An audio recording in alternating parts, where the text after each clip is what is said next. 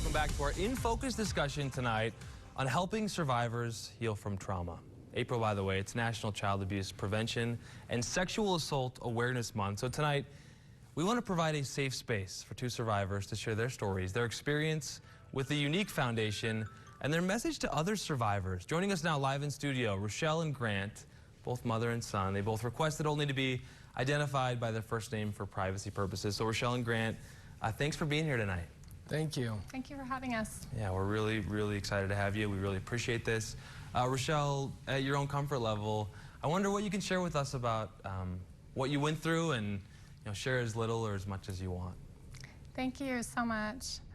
I'm a survivor of child sexual abuse, and as a young teen,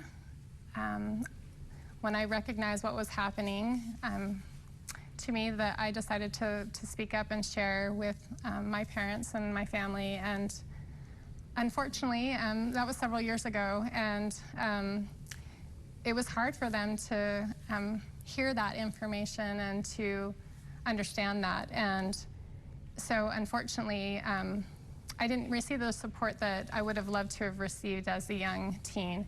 And it wasn't that I wasn't believed, it was more of that this isn't something that we talk about, and that can hurt relationships and hurt our family if others knew about what had taken place in our family. And so I was abandoned as a 16-year-old and did not receive support from my family and from those that I cared about. And I didn't understand why. I didn't understand what I did that was wrong, or it was just very confusing. And so so the trauma, experiencing that of speaking up and telling the truth about what had taken place, and then receiving a reaction that you're not understanding or processing, created a lot of secondary trauma for me. And after a year of experiencing that, my only way out of that emotional pain was to try to commit suicide. And obviously I'm here today, and I'm so grateful to be here today. But when I woke up in that hospital bed and took a self-assessment of what had transpired and how did I get to that place where I didn't want to live anymore, and not knowing what to do, I recognized that if I stayed broken my entire life, that the only person that loses is me. And I didn't want to lose. And I wanted to rise above that circumstance. And that put me on a course to make some commitments to myself that I would find a way to financially, emotionally, physically, mentally pull myself out of that situation and survive that, and hopefully make an impact in the world and make a change. And so when I pondered about how do I do that, the answer that came to me personally was to get an education. And I set a goal at 16 to pursue my education studies, and that somehow in doing that, that maybe I could, over time, change my situation. And so for me personally, part of my journey has been healing from the response from those that I loved and cared about to their reaction of learning about the abuse. And so,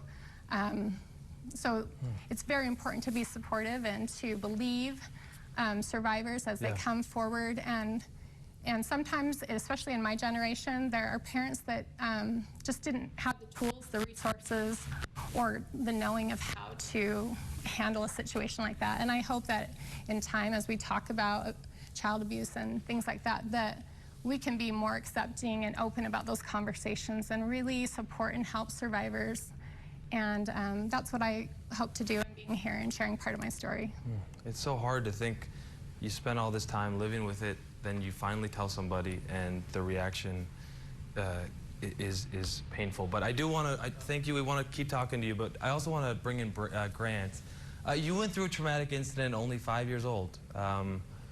What led to your decision to open up, and you did open up? What led to that decision to open up to your parents? Well, it's interesting. At 5 years old, you don't really know, you don't understand those kinds of experiences. You don't understand the trauma, the effect, or even what transpired. And it wasn't until I was about 8 years old that I had a feeling that something was wrong, or that something didn't sit right with me. And during just during a little family outing, we had gone out to get some ice cream. We were having some discussions about life, about purpose, about the different experiences that people can have, and what we can do to become better and prepare ourselves for the future. And for whatever reason, it came to me, and it came from inside where I just felt this need to discuss this experience that for some reason I just could remember so well, and yeah, I didn't understand why. And so I discussed it with my parents, and my mother was, of course, devastated along with my father. And even though it was a very difficult first step, it was necessary, and it led to the necessary healing for not only me, but my mother as well. Grant and Rochelle, I really do believe this is a necessary conversation. You're so brave. We hope that people hear this and it can help others. But the conversation isn't done. We have to take a quick commercial break. We'll be right back, and we'll resume our In Focus discussion on helping survivors heal from trauma. Thank you for staying with us for our second In Focus discussion tonight. It's on helping survivors heal from trauma. So before the break, we had the real honor to talk to two survivors, Rochelle and Grant. They're also mother and son. We're going to pick up now right where we left off. So Rochelle, as a parent, this has to be such a difficult conversation to have with your kids. And you shared some of your story. What advice do you have for other parents who are adult survivors about how to share all of this information with their kids? That's a tough question, because obviously you want to be age appropriate in what you share. And I really didn't have anyone to model that for me. I was kind of just on my own, and so I'm sure I made some huge mistakes along the way. But I think that it's important to be able to give appropriate information at appropriate age. And you know, for me, some of those conversations were around, you know, we need to make sure that we make good choices that keeps you safe, and that you're around people that care and nurture healthy relationships. And so, you know, your mom has had some unsafe, you know, relationships with people. And so at this time, we're not going to visit with certain people, because, you know, we need to make sure that I'm safe and you're safe. And so, you know, age appropriate, trying to introduce certain topics at the appropriate level is important. That is tough as a parent, I'm sure. So, Grant, what went through your mind when you found out that your mother had survived a similar experience? That has to just be pretty shocking, and I wonder what it was like for you. Yeah, I think the first thing that came to mind was the fact that I wasn't alone. I think as important as it is to help survivors know that it's not their fault, one of the biggest things that we need to heal is to know that we aren't the only ones going through it, that there are other people struggling with it and that are taking their own steps to get there. And the more we understand that we aren't the only ones trying to heal, the better we can work as a community to help everybody reach the point that they need to get. So Rochelle or Grant, and thank you, Grant, for answering that question. I guess, how does being a survivor, how does it all weave into your experience when you want to support somebody else who's a survivor of trauma? Were you two helping each other through your own healing process? Rochelle, it sounds like Grant came forward first, and so a lot of things inform how you interact with somebody else about this. Yeah, so I was a very protective parent. Obviously, I went through something like that. I never wanted that to happen for my children. I didn't have sleepovers.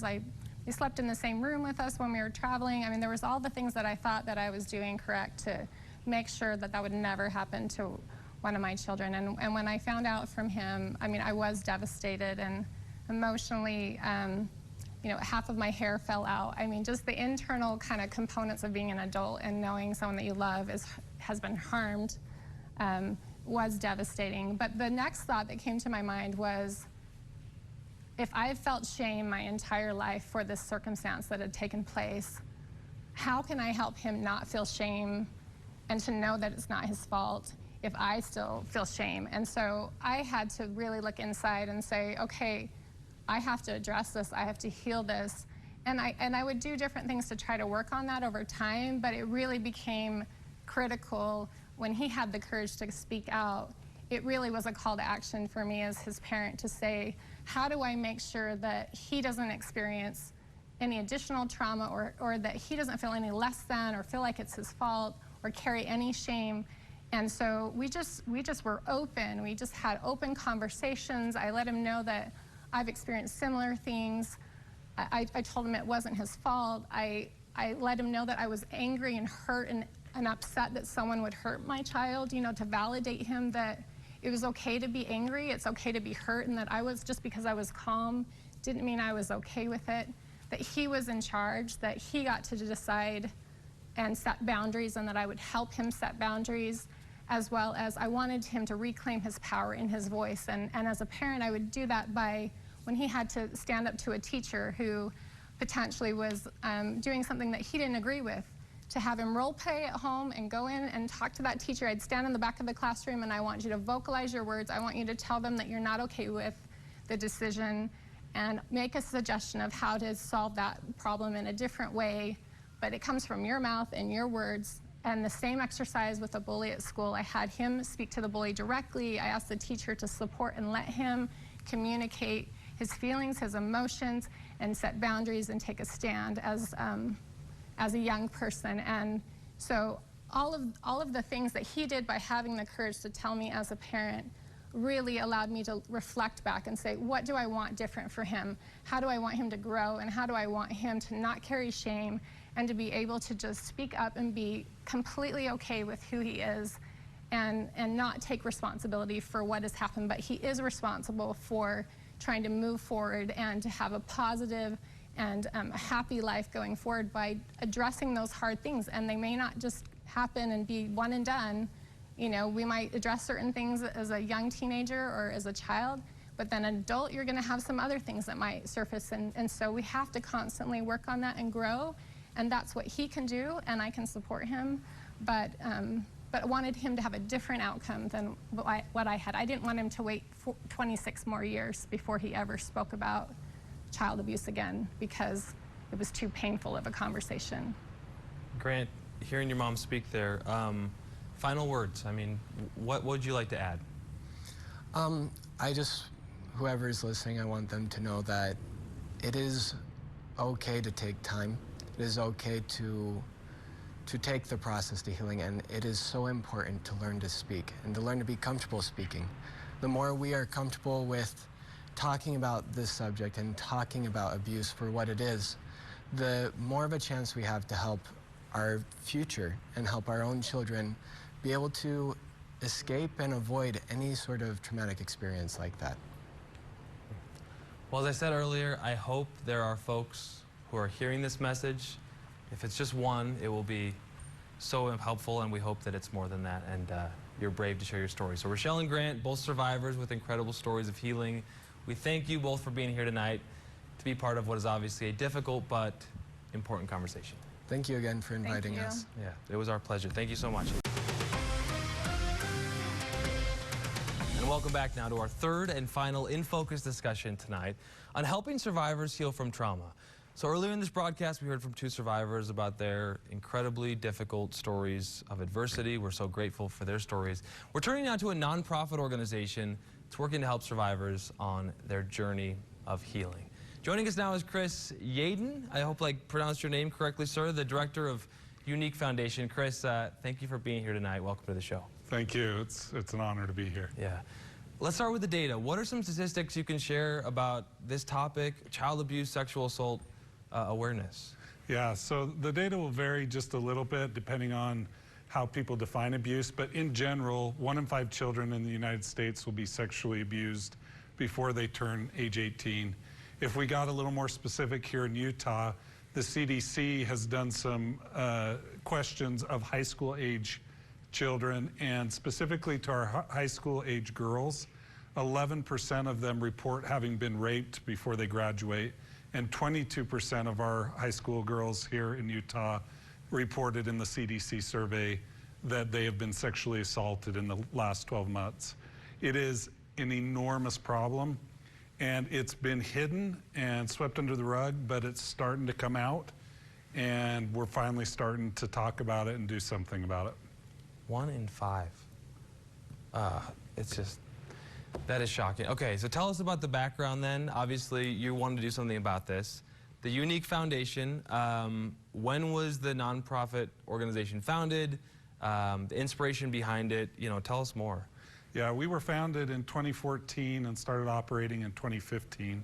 And the story behind it's quite broad, but the brief version of it is this. We had two founders of our foundation that were having a conversation about an adult woman in their life that had been sexually abused as a child. And they saw the injustice of it, the fact that she was absorbing so much shame related to her experience for something that she didn't do. And they said, that's not fair. That's not right. Somebody should do something about that. And it was that moment and that they had that conversation that they said, we need to do something about that. And there's a lot more to it outside of that, but that's really the root, that conversation that got us started.